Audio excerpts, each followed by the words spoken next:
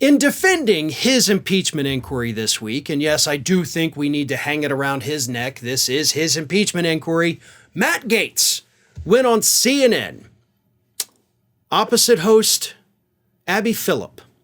And Matt Gaetz actually defended the fact that there is absolutely no evidence whatsoever to suggest that President Biden broke the law.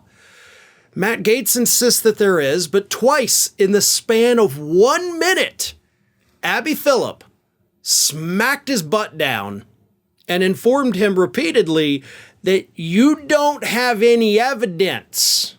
So here is this exchange. Abby Phillip did a wonderful job.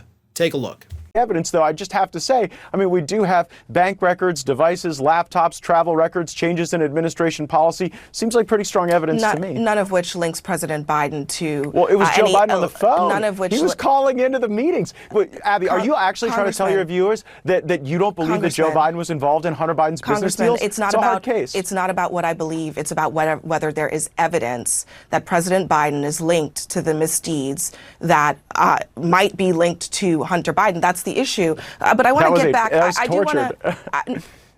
I mean, come on. Wait, hold on. Can you just acknowledge that when he calls into the business deals that he's involved? When he calls into the dinners, you don't think that's involvement? First of all, this is not about innuendo. It's not about what I believe. It's a question. Do you have evidence? If you had evidence that Joe Biden was linked to Hunter Biden's business deals in a way that is illegal, we wouldn't be having this conversation. You would probably have the votes for an impeachment inquiry, but you don't.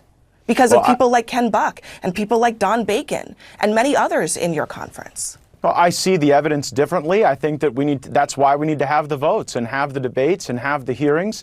And again, they represent their constituents just like I represent mine. Now let's start with one of the points that Abby Phillip makes there. She talks about the fact that if you had this evidence, one, we wouldn't be having this conversation because you would have been able to get the votes you need to launch a real impeachment inquiry, but y'all didn't do that because you don't have the votes. Sorry, just pulled out a little Hamilton, and I apologize to the world for doing that. But it's applicable, right?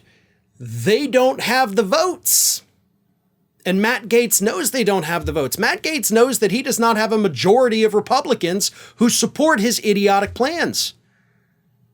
So he's going it alone. But he swears in that segment, this is point number 2, that, the phone calls, Biden's calling in while he's at the meetings with the business people, right? That's kind of what one of your star witnesses told Jim Jordan and James Comer this year, right? No. In fact, the witness that Republicans called made it a point to say that Biden is not the one who called in to his son, but that Hunter Biden would call his dad during business meetings, to flex muscle, but also admitted that they never talked about the business deals, and Hunter did not tell Dad, Joe, that he was in a business meeting. They had mundane chit-chat. They literally would talk about the weather at times, never about the business deals. Your own witness said that under oath to the committee, and here you are on CNN lying to the public about what was said in that. You can't fabricate evidence. If this were a criminal trial and you were trying to fabricate evidence, that would be illegal.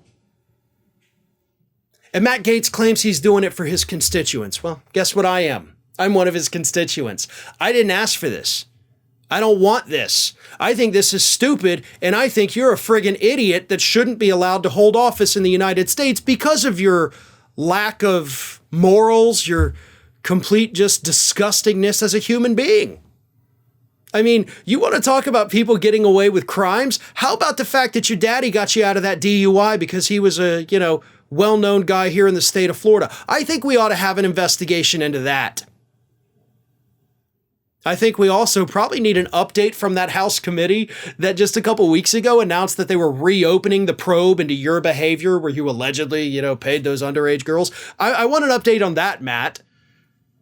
And in fact, if I have one regret about this interview that Abby Phillip did with Matt Gaetz, I think she did a wonderful job. But if you have him on again, I think you ought to ask him about that House probe that, again, was reopened into Matt Gaetz's behavior. because I think it's time that he starts answering some questions about that too. Ring of Fire has fresh content 7 days a week, so if you want to be reminded about it, don't forget to subscribe to the channel, hit the little bell to be notified every time a new video goes up.